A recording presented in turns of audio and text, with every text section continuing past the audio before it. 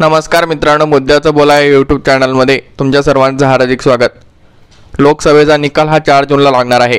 मात्र त्या अगोदर अनेक चॅनलचे एक्झिट पोल पाहायला मिळतात। महाविकास आघाडीला किंवा महायुतीला किती जागा मिळणार हे देखील एक्झिट पोलमधून समोर आलं आहे।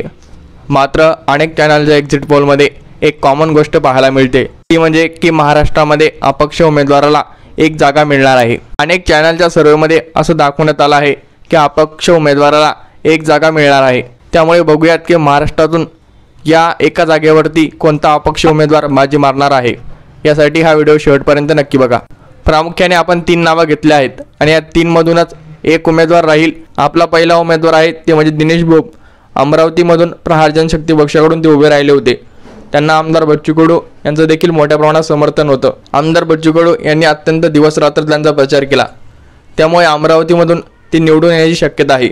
विदर्भातील दुसरा मतदारसंघ म्हणजे बुलढाणा मतदारसंघात शेतकरी नेते रविकांत तुपकर हे देखील निवडून येण्याची शक्यता आहे। 22 वर्षांपासून ते शेतकऱ्याचे प्रश्न सोडवत आहेत। त्याचबरोबर गेल्या 5 वर्षांमध्ये सोयाबीनच्या प्रश्नासाठी देखील त्यांनी मोठ्या प्रमाणात लढा दिला। त्यामुळे बुलढाणा लोकसभा मतदारसंघातून रविकांत तुपकर निवडून येण्याची शक्यता आहे। शिकल आणि प्रगती करल तो वर जातो, ही गोष्ट खरी आहे। तुपकर काही माझं राहील नाही, तो बी आता प्रगतीच्या रस्त्यावर आहे। आता मला वाटतं यावेळेस खेळ दिसतोय जमता, काही चिंता करू नका, तुम्ही फक्त त्या पाठीमागं पक्के उभे राहा। आणि तिसरा आणि सर्वात लोकप्रिय उमेदवार म्हणजे मंगेश साबळे।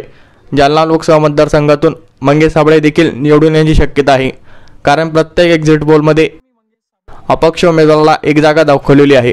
मात्र कुठल्याही चॅनलने ते घोषित केलं नाही की हा अपक्ष उमेदवार कोण आहे। त्यामुळे या 3 जणांमधून एक अपक्ष उमेदवार निवडून येण्याची शक्यता आहे। यात मंगेश साबळे यांची शक्यता जास्त आहे, कारण त्यांना देखील मोठ्या प्रमाणात प्रतिसाद लाभला। या 3 अपक्ष उमेदवारांमधून कोणता उमेदवार हा विजयाचा षटकार मारतो?